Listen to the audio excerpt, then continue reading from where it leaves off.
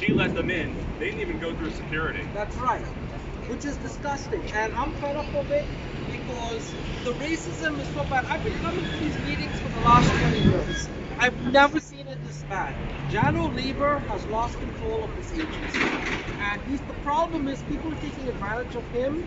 But then again, it's the politicians. They've allowed this agency.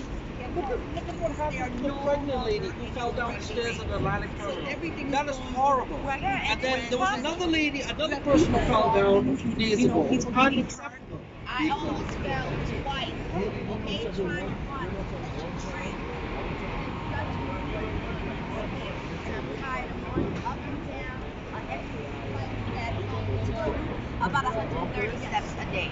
It's like because they just decided saying, to make like the Brooklyn station go into Grand catching Central, so Long we don't Island have no to, direct just say trains Atlantic going Terminal to line. Atlantic And Terminal, then and it is it's an like inconvenience. They and they no longer accommodated serve, every like, other track person 2 in or every track other 3 to line go to Brooklyn. except And for go- Atlantic Terminal. That's right, 12 or 11. It's Yeah. unacceptable. Look at these neighborhoods who are going to be suffering. They're already disadvantaged.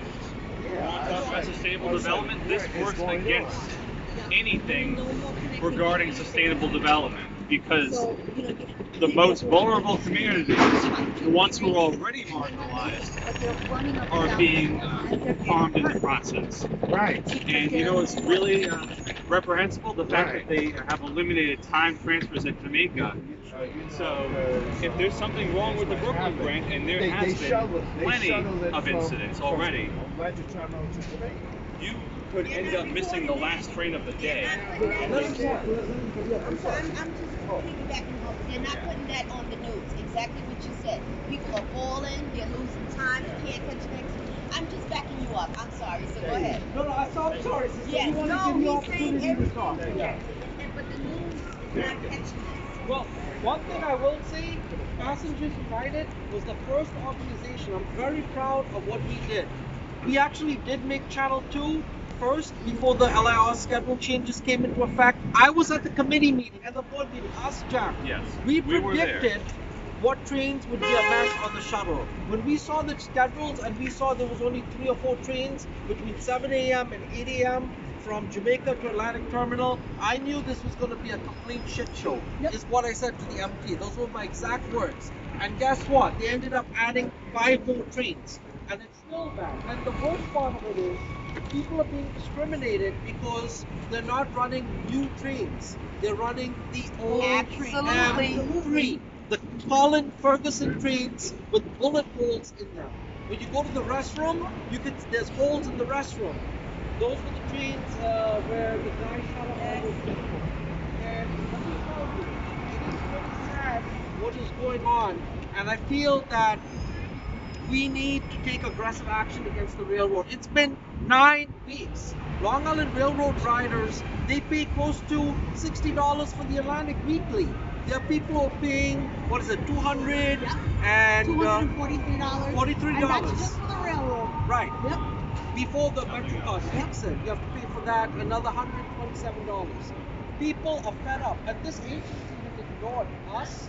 It's ignored the railroad riders. In fact, Tim Minton, who works at the MT, has given them an order, all the executives, all the staff members an order not to respond to my phone calls. How dare he disrespect me like that? How dare management disrespect me like that? And I've already warned them.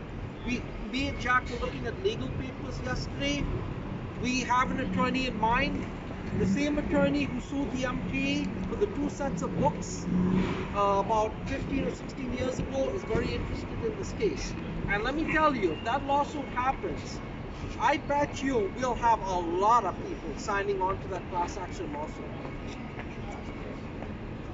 Yeah, I'm sorry. My name is Charlton D'Souza. I'm the president of Passengers United.